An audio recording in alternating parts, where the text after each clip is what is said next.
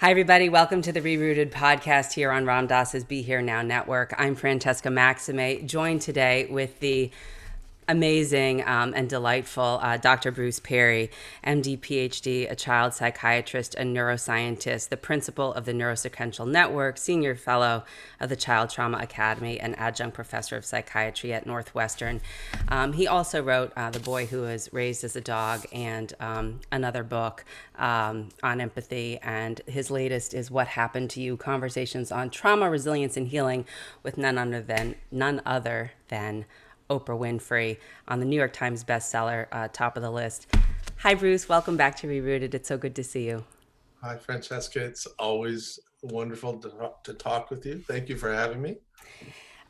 It's really delightful. As we were talking, sort of leading up to this, kind of getting into our vibe and kind of feeling one another out for the day, as one does when one is regulating, relating, and then reasoning. We'll get to all the good things that you talk about here. That, you know, when I say delight, that was a new word for me that I learned, is like, you can have joy, you can be happy, but there's something about being delighted that sort of is a combination of surprise and wonder and sort of joyfulness and a lightness to it that I don't think we have enough of in this world. So I am truly delighted that you're here joining me in this conversation today. Well, thank you very much. I feel very much the same way. Well, It's when I see you, I get a big smile on my face. I saw you on my calendar. I'm like, oh, this will be fun. this will be fun. I'm gonna have a good morning. Good. Well, I know that this has been a whirlwind for you, this What Happened to You book. I encourage everyone to buy it, to read it, to take it in as you do, to take it in parts and pieces if needed, meaning like read a little bit, reflect, kind of digest it as we go, and that kind of thing. And I know you've known Oprah for decades now and helped her with her school in Africa and the girls there and some of the challenges that they were facing and whatnot. But the first thing I maybe want to say about this is, as a journalist, because I actually became a journalist because of Oprah. It was the same trajectory. And my goal is to have a mindful talk show, which I'm kind of doing with this podcast. But for whatever it's worth, you want to put a bug in your ear, I'm available. But that the reason why I became a journalist at the time was because the question that I had always asked myself that I was never able to answer is, why do people do what they do? And so I became a journalist to answer that question. And in a way, you're asking the same question in this, I feel, which is what happened to you. So talk to me a little bit about why we're moving from a framework around behavior to understanding the history.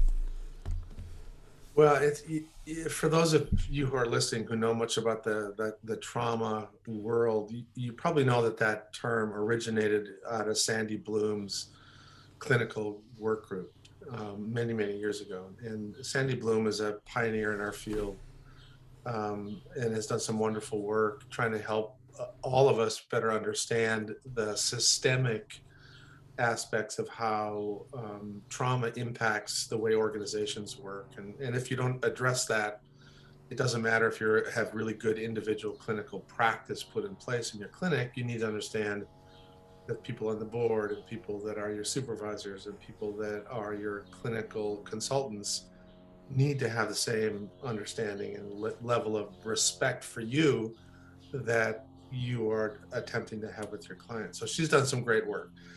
Bottom line is they were having a what we call like a clinical staffing, which is where you sit around and talk about a client and everybody puts their 2 cents in. And one of the members of their team um, basically came out and said, it's almost as if in our work we've changed the major question from what's wrong with you to what happened to you. And this was really an acknowledgement of and an awareness that they were moving to a more developmental perspective in their clinical work. They were recognizing that if a child is aggressive, impulsive, has trouble with relationships right now, that came from somewhere. It just didn't pop up from nowhere. And this is something that is really sort of at the primary ethic of, I think, good trauma and developmentally informed work, that there's a recognition that all human behavior has antecedents. And if you don't understand the antecedents, you don't understand where this comes from, you'll always be making sometimes educated guesses, but a lot of times really bad guesses about where the behavior, where the emotional problems, where the struggles are coming from. And so that's kind of that, the irony is, and I have to laugh about this because I've been talking to Oprah for 30 years about this, 30 years. Long time. And I think more than anything that this shows what a bad teacher I am, because it wasn't until about 3 years ago when I mentioned that shift in question during a 60 Minutes interview, she said, "Oh, now I get it." I'm like, Oprah, She had her we've been aha talking moment. about this for years. But that sort of simple reframing helped her connect with a lot of the stuff I've been talking about for a long time. And that's why she wanted that to be the title of the book. Beautiful. Yeah. And it's been so healing. And I know there are so many other podcasts and interviews and things that you've done in terms of promoting the book. And so I don't want to dwell too much on the book per se.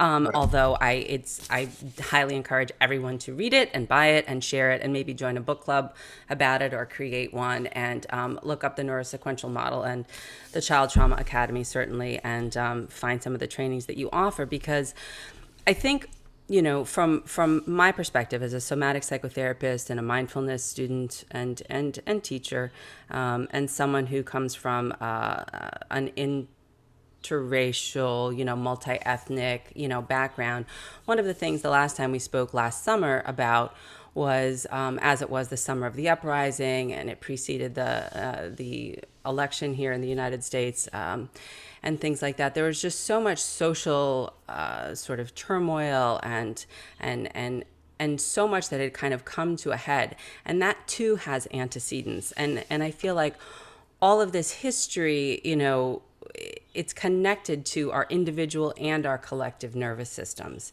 And so I'd like to kind of continue to have the conversation both on a personal and individual level, and also on sort of maybe this broader, spectrum level, in terms of where are we at and how do we exist in space and time and as a collective.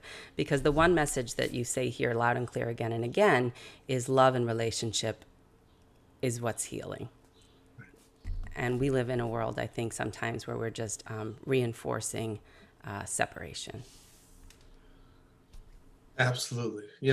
What you mentioned earlier, and we talked about this a little bit prior to starting the recording, is that the very same question or the very same developmental approach in clinical work is conceptually comparable to a real historical perspective and where a people are, right? What's the heritage of the people you are working with, of yourself, of your own family. And if you're not aware of that, you just kind of get swept up into the inertia of doing what you've always done. And what that means is that if 500 years ago, some structure like public education or education was started by white males, and it was only given to white male children who were wealthy, and then little by little, from that original concept of education, that it was only modified with tiny little tweaks. Well, we'll add a few other people, and but they're male, and they have to have some money. They have to own land. They don't have to be really rich, but they have to own land.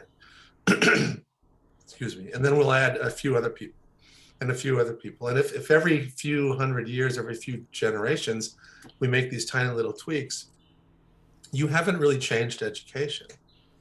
All you've done is maintained the existing power structure, and you've just redecorated it. You have the same house. It's just got different furniture. And so when people talk about systemic racism, or they talk about systemic misogyny, there's both of those exist in our current public education system. And if you get so defensive that you don't see that clearly, you'll end up missing a tremendous opportunity to make meaningful change in those systems. right now, I think the whole initiative, the whole effort to change public education, for example, is just completely misguided because it's just tweaking the edges of that old house that has the same dominance hierarchy, the same structures, the same process of not including the community in deciding what should be part of our curricula, all kinds of stuff. It's just very much tied to the old models. And you can say the same thing about just about every other system we have in our society. They have their origins in from something that had started, you know, hundreds of years ago. I mean, the university system is actually probably the best example of a, white male dominated power hierarchy. And, you saw an example of it with recently at University of North Carolina, Yeah. you know, um, I could go, I'm sorry, I'm rambling. No, not at all. I mean, what you're pointing to is, I think when people start to, and I mean, we'll go micro, macro, and meso. We'll sort of the clinical sort of personal nervous system regulation, brain science, neuroscience, limbic system, neural synaptic, firings and unlockings. And, we'll talk a little bit about that. But then how does that affect the collective? And what kind of culture, to use what Resmaa Menakem talks a lot about, another somatic psychotherapist, and talks about somatic abolitionism, which I think is a great term, that wrote a book called, I also encourage my listeners and viewers to watch, called My Grandmother's Hands to read. That there's really sort of a sense of how this impacts the collective. So what you're talking about, I think, is how do we transform culture? How do we begin to transform ourselves? I think I like to use the term from the inside out. How do we turn the eyes inside and be able to turn from the inside out? And how do we recognize the things like the power dynamics that are at play in the systems and structures that you're talking about when you actually look at history, like the university system or any of the institutions and systems and whatever. How do we look at those in terms of their foundings, how they were founded, what they got rid of, by the way, also, right? The intuitive wisdom and the indigenous wisdom that they said was not acceptable, that, we're just learning about all of these children that were just, buried in residential schools in, Canada and whatnot, and the genocide that, that has taken place in order to indoctrinate children away from their intuitive indigenous ways, which really is what brings us back to the healing and that's what you're talking about in this book. So maybe we should walk it back and start to talk about the very basic thing of, and you started this last year when we were talking in the other ReRooted podcast, who are the people that became the colonizers? What does that mean? And I mean it from a clinical perspective. The trauma that, to use the term, the white man carries in its origins from that was kind of brought forward, that resulted in this power dynamic that, of oppression and subjugation and sort of hoarding, for lack of a better word. Well, it's if you look at sort of the colonization in the United States, part of what happened was the majority of the white males that came over here were at the bottom of their power differential in Europe. They were the second sons who didn't own property over there, who would not inherit, any wealth from their parents. And again, if you look sort of at the heritage of that goes back to the Middle Ages, where the people who lived on your land, if you owned this land, you owned the people.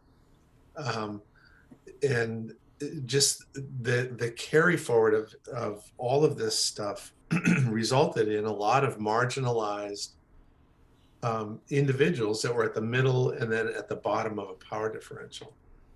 And then the people who were disenfranchised, disempowered, frequently would find people that they were more dominant than, that they would just turn around and dump on.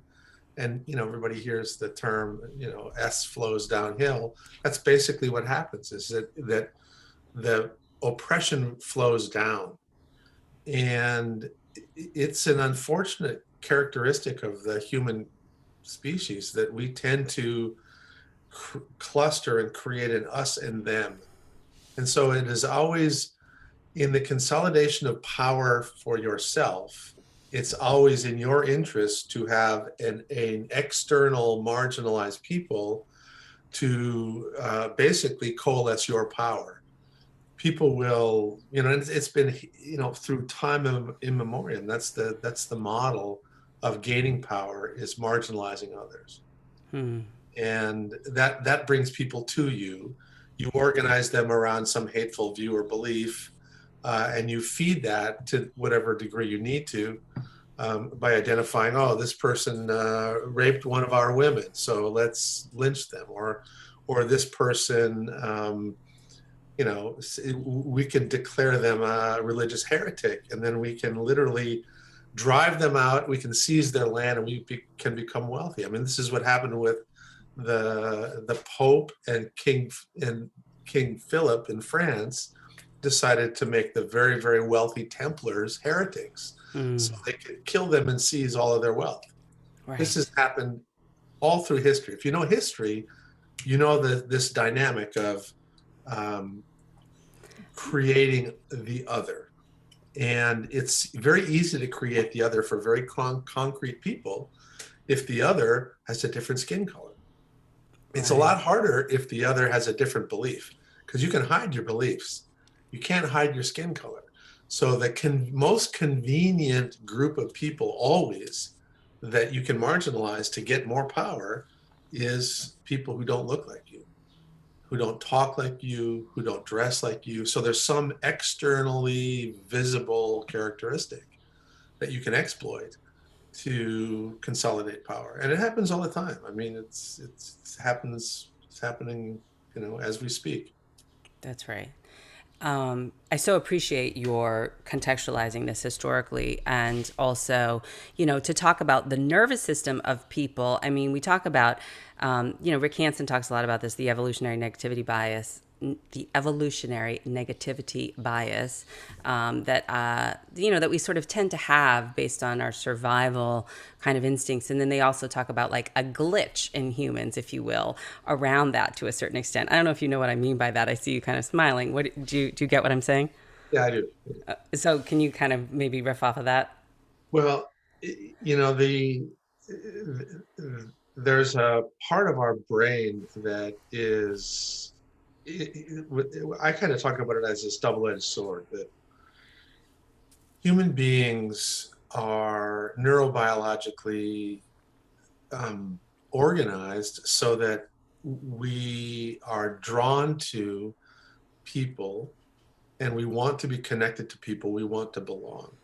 And historically, that group of people that you belong to, that you sort of built internally, created memories and attributes of those people, were people you grew up with, people who were in your clan, your tribe.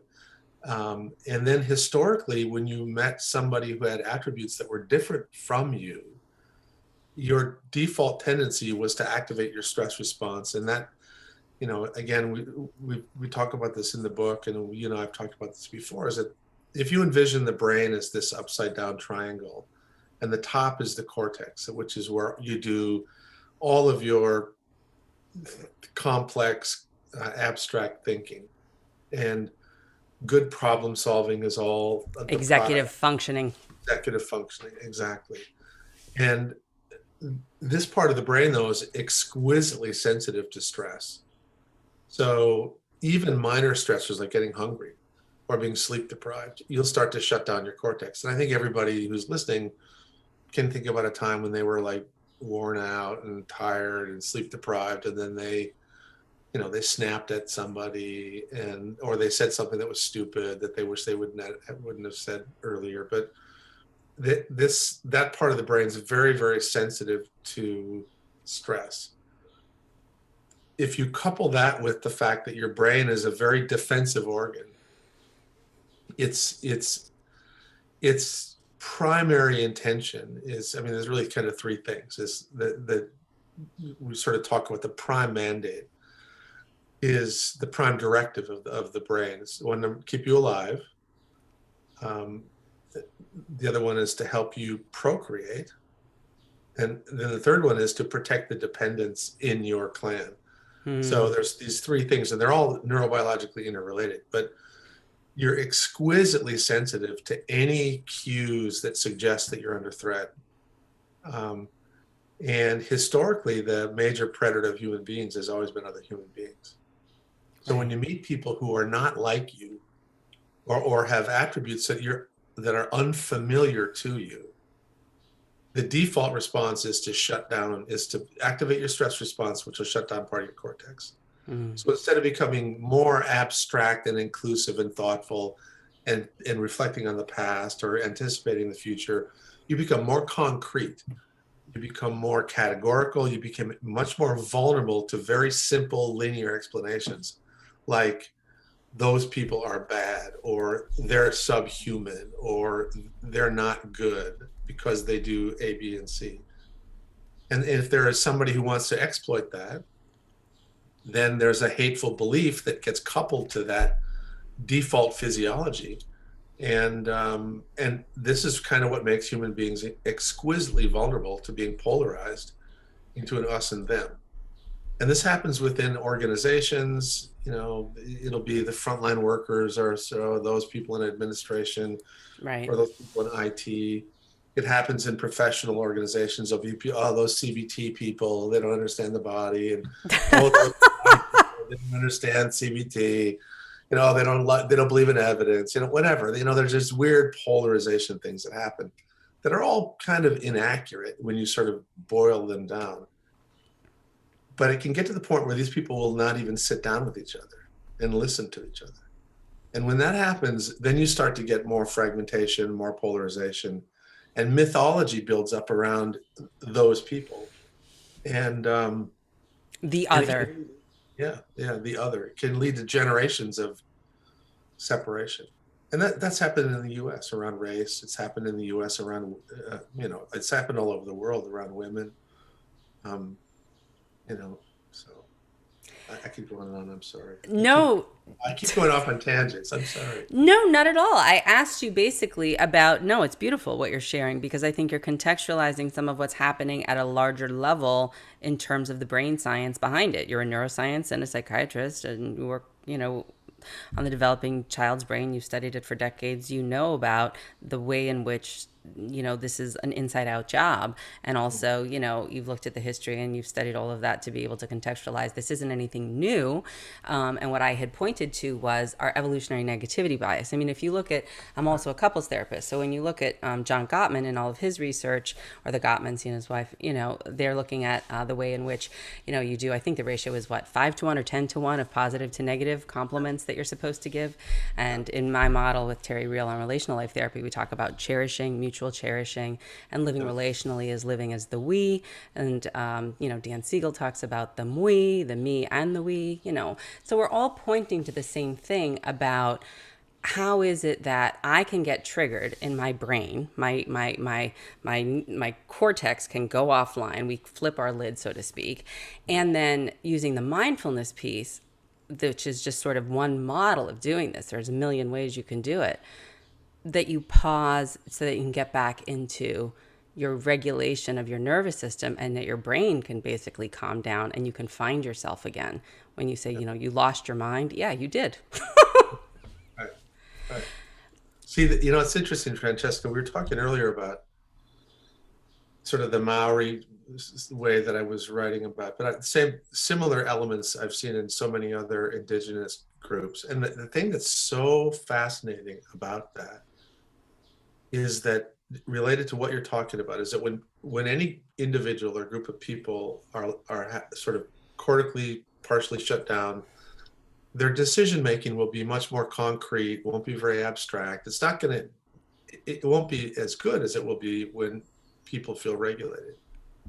And so all of the decision making and conversation around charged content always happens in community in the midst of regulating activities, drumming, dancing, communal meals. Nobody's hungry. People are there connected with their people. We have ceremonial ritual stuff that's predictable. We know what to expect, and we get better regulated, and then we talk about it. and which is so different than in the you think about Rituals. dialogue in on the news. They're supposed to have two people that are supposed to be debating. You have 6 minutes to talk about one of the most important issues on the planet, and each side, and they really, honestly, if they begin to have meaningful dialogue, I've been involved in these where the moderator tried to like prod us like in a bullfight, I so that know. you would fight. They don't want you to have dialogue. They want the mess. Oh, So trust me, as a former news anchor, I know I was one of those people who was doing the prodding because that was being what was directed. But I know because that's what sells. And so I think that that's the whole point about this is, I'm just going to name it, is that we live because of, okay, so we've talked about the fact that it was the subjugated, to use Dr. Kenneth Hardy's terms, who's a wonderful psychologist, black psychologist, who talks about, just had the Soul Work Conference, runs the Eichenberg Academy. People are encouraged to go look at that if you want to study these dynamics.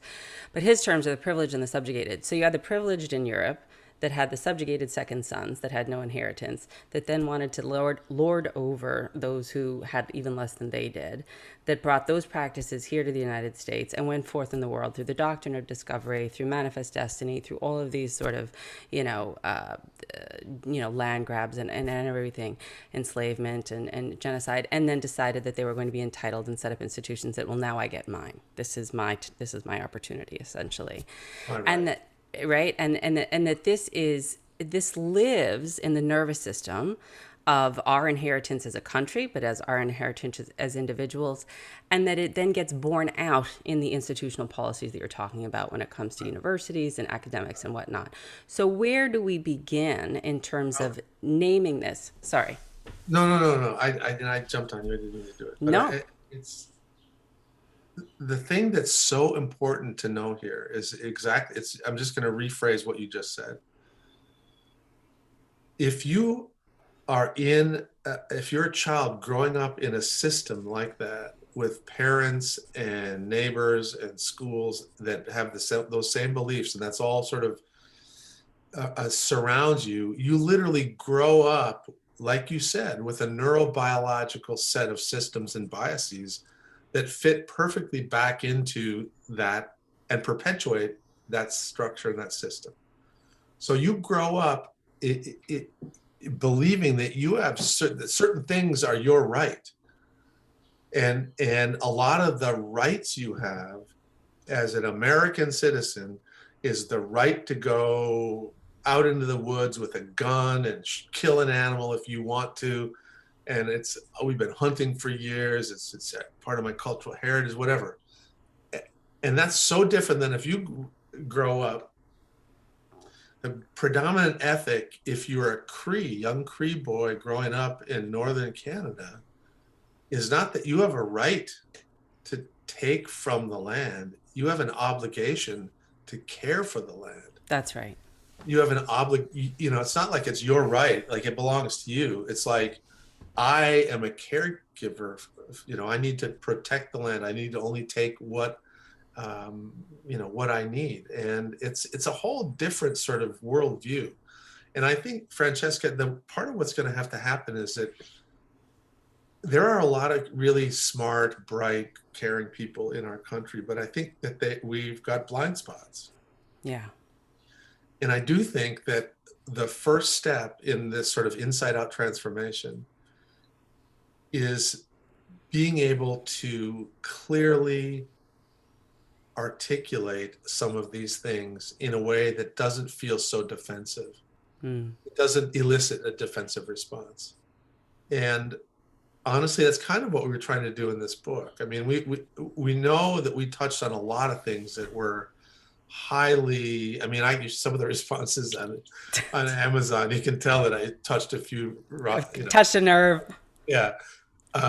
But we were trying to present a lot of complicated concepts in ways that were not going to be so escalating. We're not going to make people get all defensive, and help them learn a little bit about a few of these things that we think are like little baby steps in the right direction.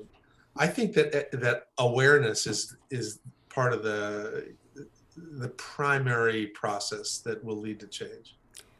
because we can't impose it. I mean, even if the most No. enlightened person came along and said, here's a new enlightened system, and tried to impose that on No, no. everybody, it's gonna work. That's beliefs and that's indoctrination, and then you have to either then you're in or you're out and you're Right. back to square one. And I think, part of my own personal transformation was, I think I had interviewed Dr. Vincent Felitti, one of the authors of the Adverse Childhood Experiences study, with Kaiser Permanente, and they've since obviously done another study called Urban Aces in Philadelphia. If you look that up for anybody who's interested in things that weren't, the population is more diverse in that second study, to talk about the what happened to you as a reason for some of the ways in which your adaptations for survival may behaviorally look like behavior that is, not welcome in a schoolroom or in a classroom or whatnot.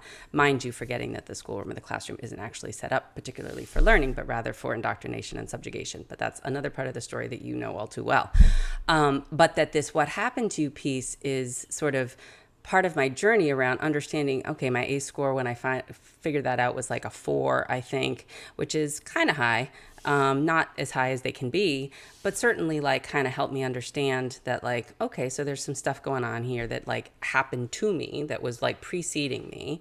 And then I started learning a little bit about the way in which attachment theory and the way in which the resonance between the caregiver, which often is the mother, not only, but often, which is why I think Freudian psychoanalysis is, challenged, because it's not always just the mother. It's, if you could insert caregiver, I think maybe more of it might make a little more sense. But anyway, that beam gleam that you get when you're getting, in attuning and resonating with your mom or your, early caregiver, that you're feeling safe, seen, and soothed, you're getting your needs met, you're co-regulating as you would in the womb, but you're just outside of the body, but you're right close to the body. All those things. Yeah, my mom didn't get a chance to do that because I told you she's a doctor. She was, working. She only had a few weeks at home and then she was off. And so it's interesting that like my feeling toward her isn't as goopy as it is toward my grandmother, as great as my mom is, or my grandfather for that matter. And I look at the other things like, my father and his sort of, the way in which he was narcissistic or sociopathic, explosive, violent, all those kinds of things. And his inheritance about racial trauma and his attachment stuff, because my grandmother had to leave the Dominican Republic and Haiti and had to take only half her kids to the United States. Well, they split up. And she wasn't with any of her kids. And so that rupture there and the misogyny that gets seeded there that was preceded by my grandfather's philandering. And so this intergenerational piece around, sort of all of what I'm carrying sort of as a person, and then the somatic work that kind of pointed me in a different direction, because the somatic work was, oh, what happened to me? How did my nervous system handle this? How does it handle? What did it learn about bodies and about relationships and about safety and about relationality at a very young age? Because you talk a lot about the first 2 months and the first 2 years and childhood. And what I learned then, no matter what happens since, and this is a huge point in the book that you make, is that what happens in the first 2 months, whether if it's positive and attuned and what's needed, will change your life for the better no matter what happens to you afterwards. And if you don't get that, then things can go sideways no matter how good it is when you're 10 years old for you. So can you talk a little bit about that, and then maybe contextualizing how we just don't know how to do that first 2 months, like in the way that is going to help heal us? Right, right. So one of the things that I've been studying for about 40 years now is the development of a set of systems, neurotransmitter networks that originate low in the brain and then go up and innervate all the higher parts of the brain and actually control and regulate all of the autonomic nervous system, neuroimmune, neuroendocrine system. And so many people have heard of the norepinephrine, dopamine, serotonin. And so collectively, these neurotransmitter networks, which originate low in the brain, early in life, play a major role, not just in sending sort of neuron to neuron communication, but the pattern of activation that occurs early in life sends signals to undifferentiated parts of the brain, telling them how to organize, how to what to turn on and what to turn off. So early, both in utero and in particularly the first couple of months of life, these neurotransmitter networks are what we call morphogens, which means that they're communicating, but what they're communicating are what to do, how to develop signals, as opposed to I'm talking to you signals. I'm sending you a message signals. It's like I'm sending you a message, not that to tell you that you're going to become an acetylcholine neuron and that is involved in attachment, or you're going to become a glutamate neuron that's involved in some other specific thing. So if those networks early in life are activated in really chaotic ways, as opposed to sort of a pattern that sort of has this rhythm to it, where there's moderate activation and then quieting, moderate activation and then quieting. And that's what happens when the baby gets hungry and they activate their stress response a little bit and then they cry. But because there's a caregiver present, attentive, and attuned, they get regulated and they go back down to this baseline. And so Right. if you have caregivers who are present, attentive, attuned, and responsive, like that would happen if you were in a hunter-gatherer clan, Right. where there's an auntie, a mom, an older sibling, a cousin. There's, for every little baby, there are 4 or 5 adults who are capable of meeting your fundamental needs when you get a little bit dysregulated. And what that results in is this smooth, regulated pattern of activation of these systems that promotes healthy development of the rest of the brain. But more than anything, it really builds resilience in the stress response systems. So that couple of months of attentive, attuned, responsive caregiving is basically a resilience inoculation.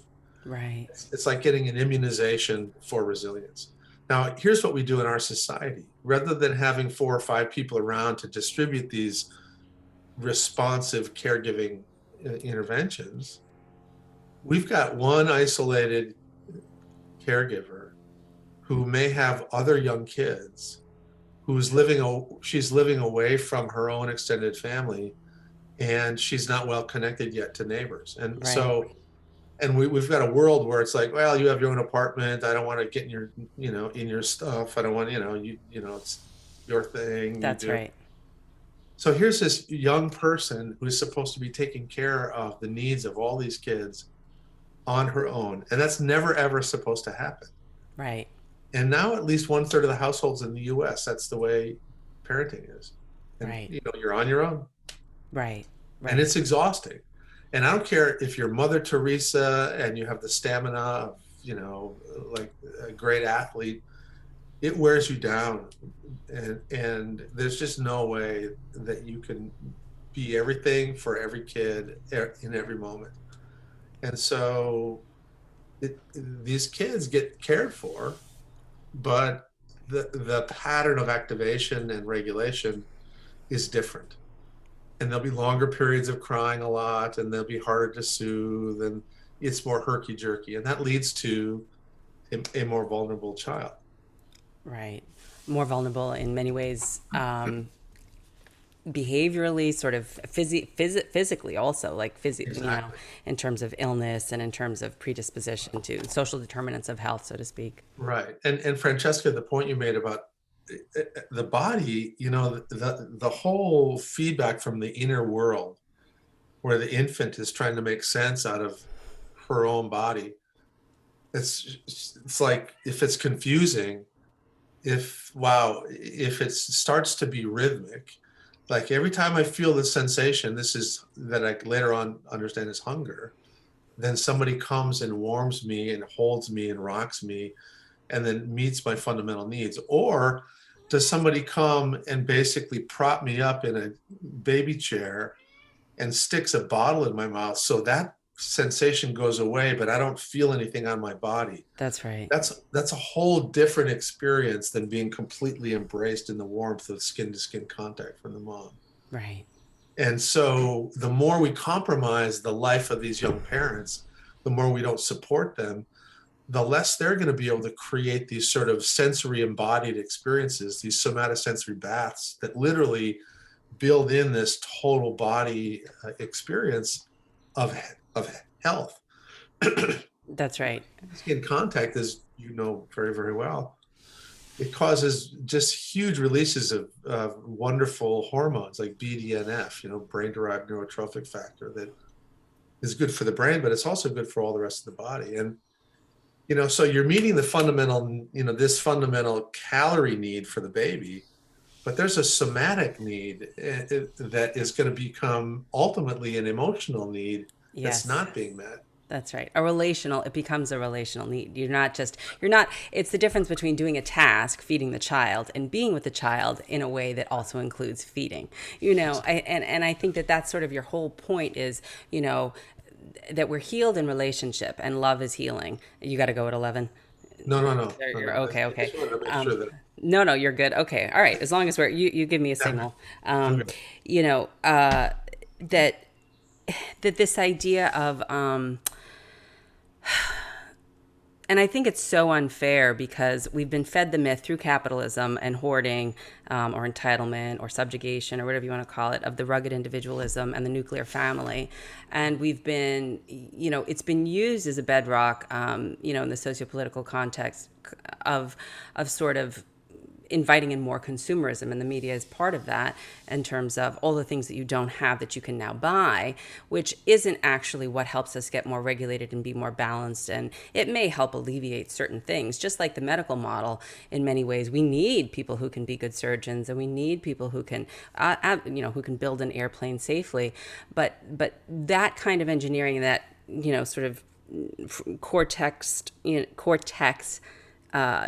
task-oriented activity that you were talking about earlier, that is good for certain contexts. But what we're talking about here, this inoculation piece, this relational, resilience inoculation, is purely about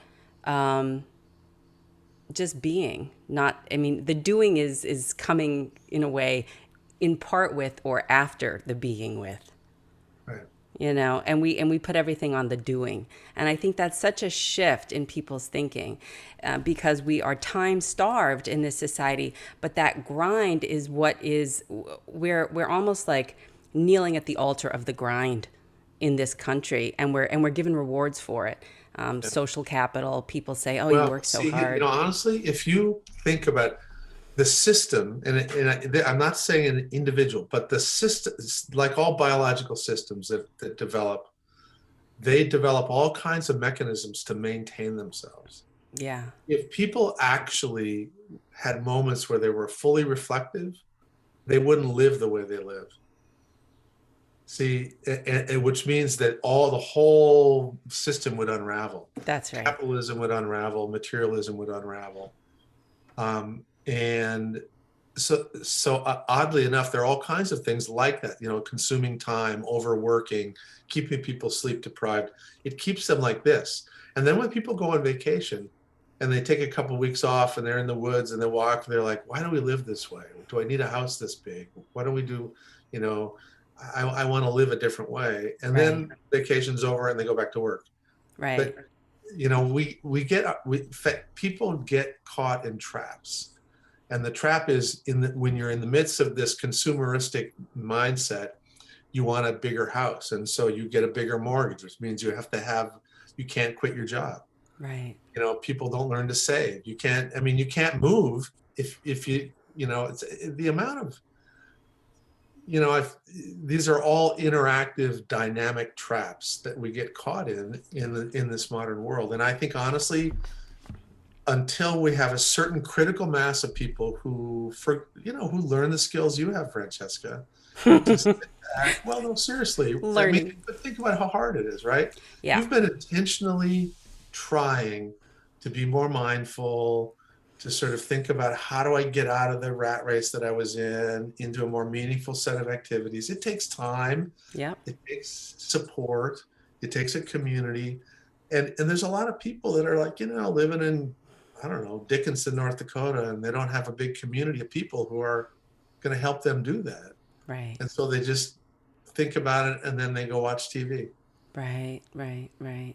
You know, Yeah. I want to watch my next Netflix series. Right, right. And I so appreciate what you're saying because it does take all those things. And I think that's why the Nap Ministry is a great account to follow on Instagram. And, the she's just basically saying, we need to have our time back, rest, especially for those of you who are people of color, those of us, who are people of color.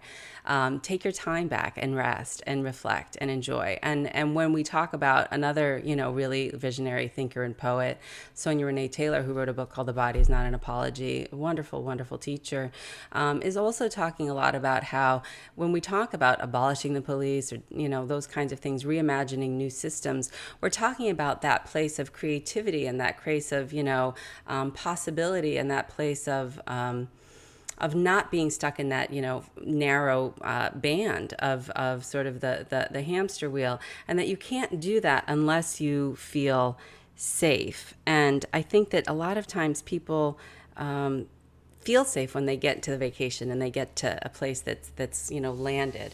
But when they feel as though they might be abandoned, that their tribe is going to leave them if they go against the grain and they don't want to live in this way anymore, I think that just kind of pulls them back in. And so it kind of perpetuates that because, again, it's relational. It's the magnet of relationality.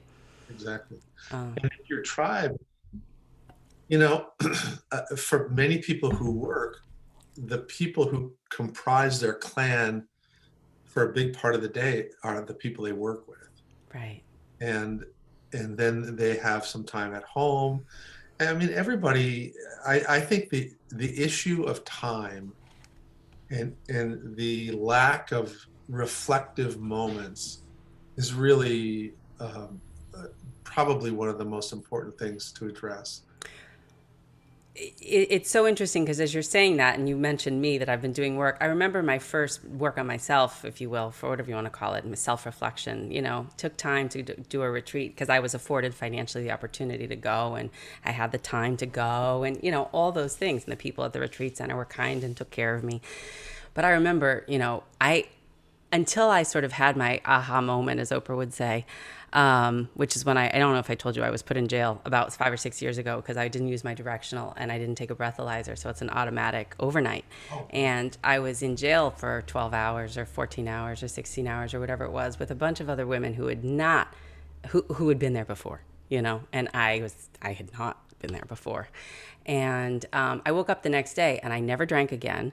And I sort of started to, because I had had a couple of drinks.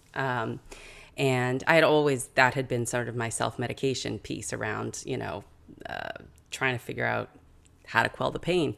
But I was never, ever able to sit with myself. Because people say, meditate, meditate, when I was drinking, like before this aha moment, this jail experience. I had never been able to sit with myself. But I knew the question was, why do I not feel worthy? Why do I not feel like I deserve the good things that people tell me about myself? I had graduated from Harvard. I was a television news anchor. I was outwardly successful. And yet my ex dumped me 2 days before the wedding. And yet I couldn't hold down a relationship. And yet I couldn't figure out, this drinking thing or, regulating my weight and, all these things that are sort of dysregulated manifestations behaviorally. And that thing about being in jail, everything kind of just stopped. And I was like, whatever it is, I can't do this anymore, right? I need to be able to do something differently with my life. And I couldn't sit. I tried to meditate before. I couldn't sit. And in this retreat, I just cried and I cried and I cried.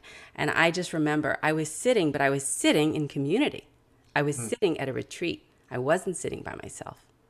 And after those experiences, I started to be able to sit by myself. And then I started to be able to notice that I could be with my thoughts and not be my thoughts. And then I started to notice that my awareness and my intentionality around where I was directing my attention had as much to do with what it was that I was manifesting or what was manifesting around me.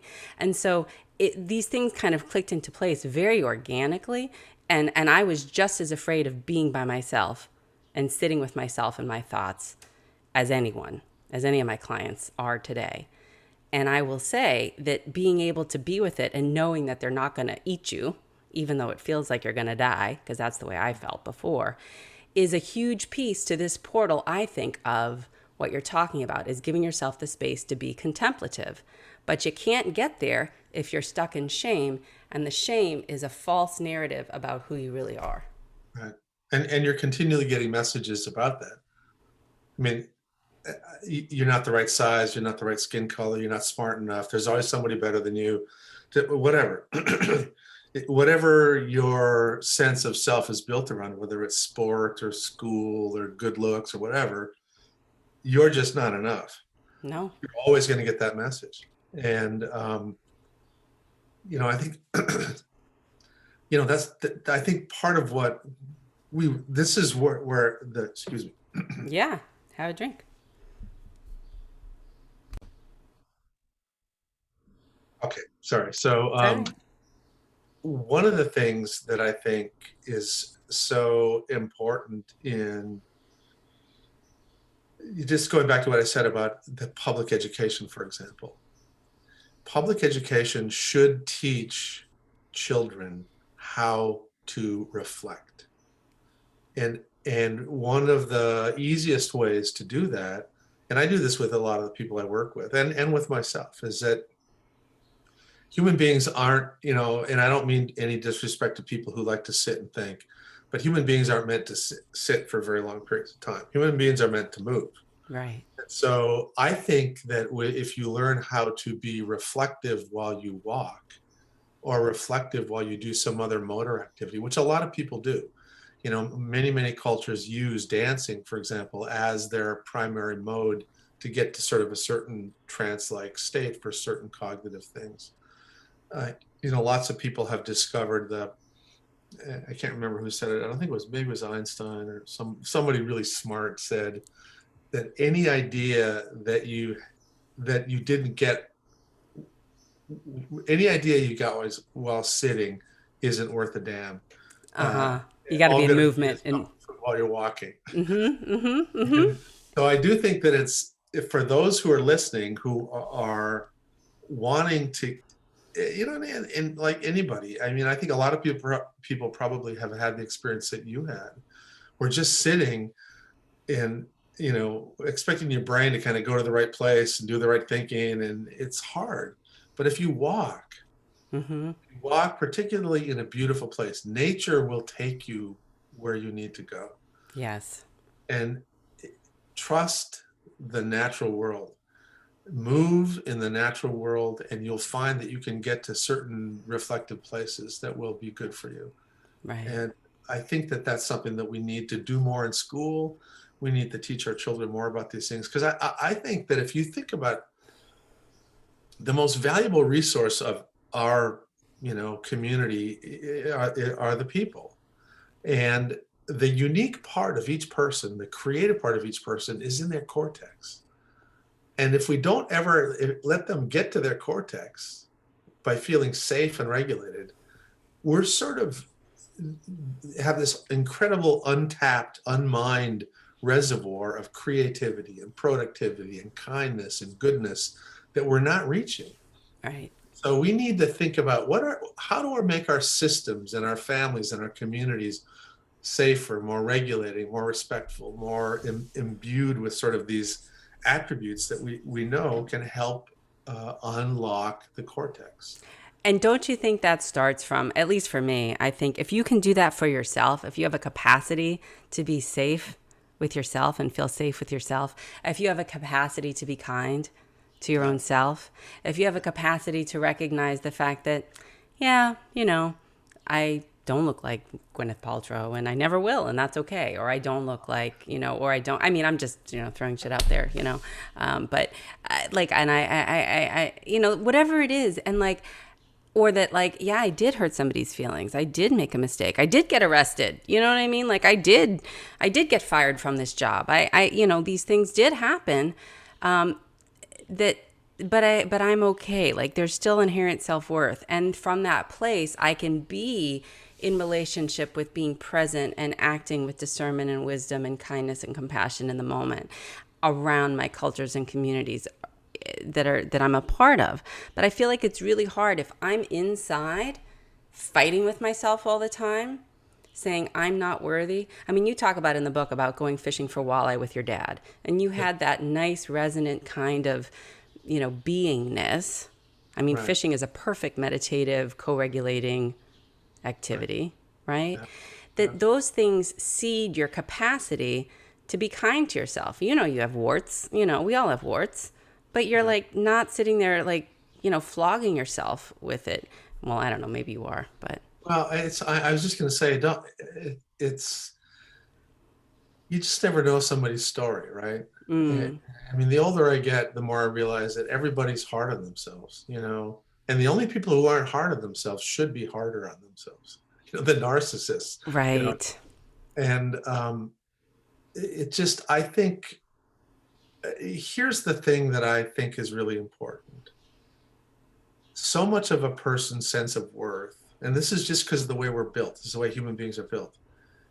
If you get reflected back at you that you're beautiful, then you start to feel beautiful. Mm, And if you get reflected back at you that you're the wrong color, or people of your color shouldn't be in this class at Harvard, then you feel like, even though part of you knows I am smarter than you, it still eats at you. yeah. So the reflective mirror of the people around you is very powerful, particularly when you're young. You know, as you get older, you get a little bit more immune to that. You sort of, I mean, it still feels, it hurts. Affirmation's nice, or insults Right. are Right. not so nice, but you have a little more of Right. a buffer. Exactly. So I think that that's also something that we should think a lot about, is that there's no reason to spend time with people who see no value in you. You know, as you get older, particularly as an adult, you know, you don't need to, if people treat you poorly, you know, spend more time with the people that treat you with respect, That's right. you know, and it makes that process easier. Now, later on, you can go back to the people who treat you poorly after you feel a little more centered, Right. and you can use what's in you to maybe understand, why are you so hateful, or why you struggle, you know, what's wrong with me. And, but, you know, you really, like you've said this multiple times on this podcast, you kind of need to start with your own self. If you don't feel safe and solid with yourself, a lot of these aspirations you have about changing other people in the world are going to be really hard. Yeah, I think it turns into that white saviorism that, you know, is one of the things that I talk about in my embodied anti-racism class, and that sort of like missionary philosophy of like, you know, and you even spoke to it, like, you know, you're not asking the community and going into the community with humility around engagement, you know, of sharing resources, if you will, or offering potentially sharing resources, but with some idea that I know better. And that's just not, you know, going to work, you know. Um, and you just said something else too about the idea of starting, you know, kind of from the inside out. And what came to me was Dr. Joy DeGruy, post-traumatic slave syndrome author, talks about positive racial socialization as a way of helping especially African American children have a greater sense of self-esteem, self-respect, and self-worth, but that it was a safety mechanism, to go back to our survival strategies and instincts, to have a Black mother, for example, tell, you know, the little Black child, no, you're not as smart as Bobby, and no, you're not as whatever, because to make them be smarter would make them be standing out and make them be more of a target. Right.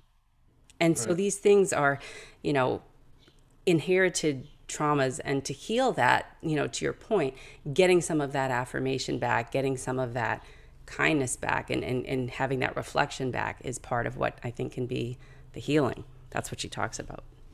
Yeah. We've kind of gone all over the place. I mean, I really could talk to you for days, but I think the bottom line about a lot of what you offer in this book with Oprah is that you know, moderate, controllable, predictable interactions, and you've talked about this early on in a child's life, are part of what keeps them regulated, and what keeps them feeling safe, so that when they grow up and they show up in the world, they can act from a place of center, of groundedness and wisdom. And that the more that we can do that for the little ones that we have, and the more social structures that we can put in place socially to help create more of a tribe, and not just have single moms have to deal with 5 kids and things like that, that maybe we can start to break some of these chains. Well, one of the things that goes with that, Francesca, is I'm actually quite a big fan of discomfort. Mm. I think it's okay, and I think it's important to not that people learn not to be afraid of being uncomfortable or being depressed, or there are moments in grief, for example, when you just feel just horrible. But if you can keep a recognition that this is a passing phenomenon, that I'm not always going to feel this way. Yeah. Those moments over time, they just kind of get built to your catalog of what's familiar and what's known. And the more the range of your experiences includes these things, the more you're going to be able to stay centered in your everyday life, and when things come up that are unexpected or unpredictable. And it'll make it easier for you to be present for others when you're out in the real world.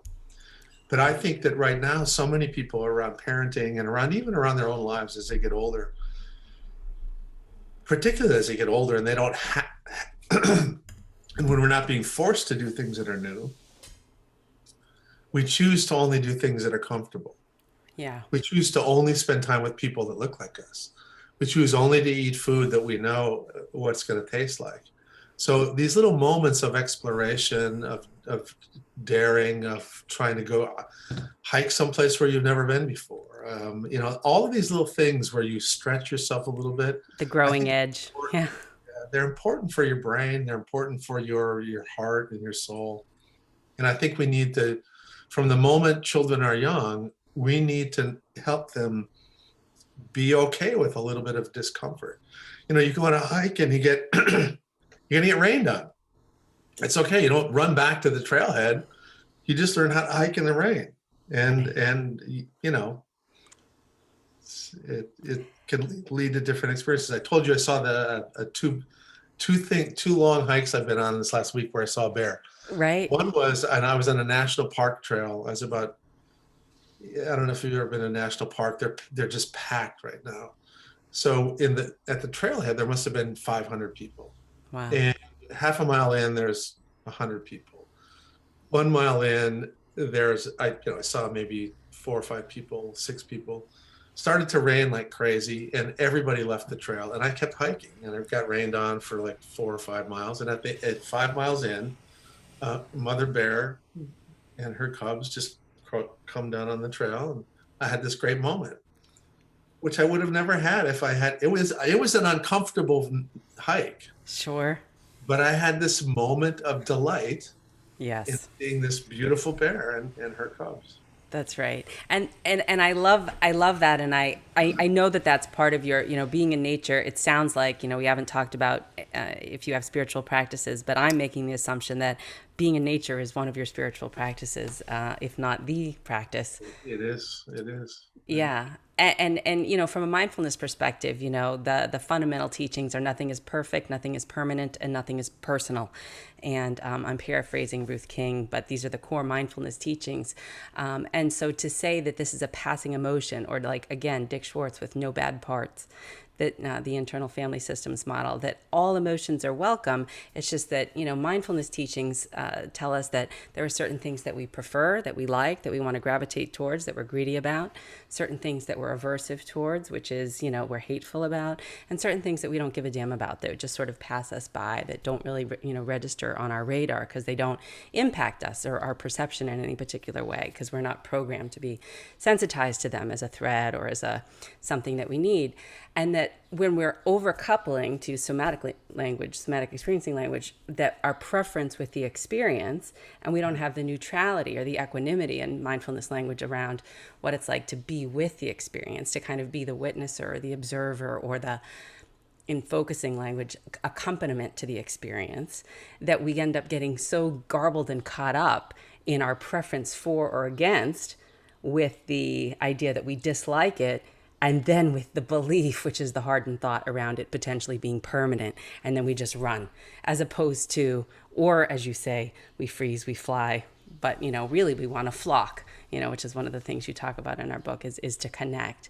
And I think that that's so important because you're saying in your language, and I'm trying to introduce different language from other models and things that I've learned, that it all talking about the same thing is the more that we recognize we're a part of the river of experience, the more that we recognize we are energetically always in relationship to everything and that we're not static. And as such, we're open. The more receptive we are, the more curious we are, the more secure we are, the more confident we are, then we can be open to the delight of the experience of the bear. And you're not the same man you were a week ago because of it. Exactly. So. Like that. It's a beautiful way of thinking about it. Well, you've given us so many beautiful gems to think about with this book. I want to give you an opportunity to maybe offer any last parting words. I feel as though, like I said, we could talk for days, but I want to respect your time because it's been a really whirlwind period for you with this book, What Happened to You with Oprah Winfrey, New York Times bestseller. I encourage folks to read it. It is important. Well, I just want to say I love talking with you, Francesca. It's so much fun. Your big smile makes me smile. Look at this. Even across the airwaves.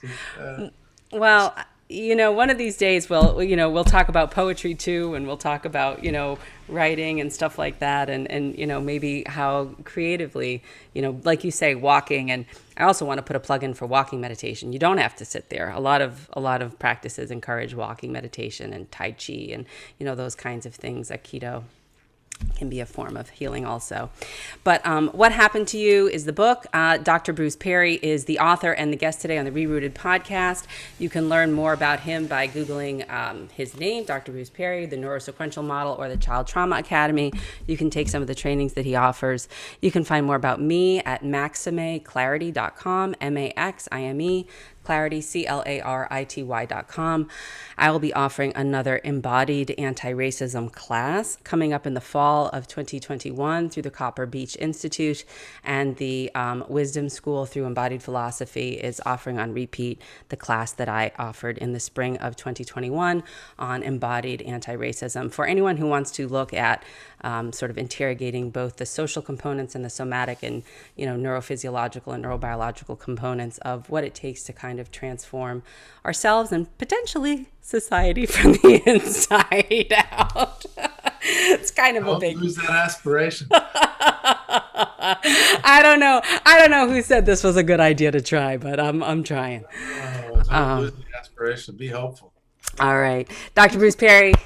Sorry, go ahead. Finish. Things will change. Things will change. Yeah. I like the optimism. Thank you so much for being on ReRooted. All right. Take good care. All right. Bye, Bruce. Bye-bye.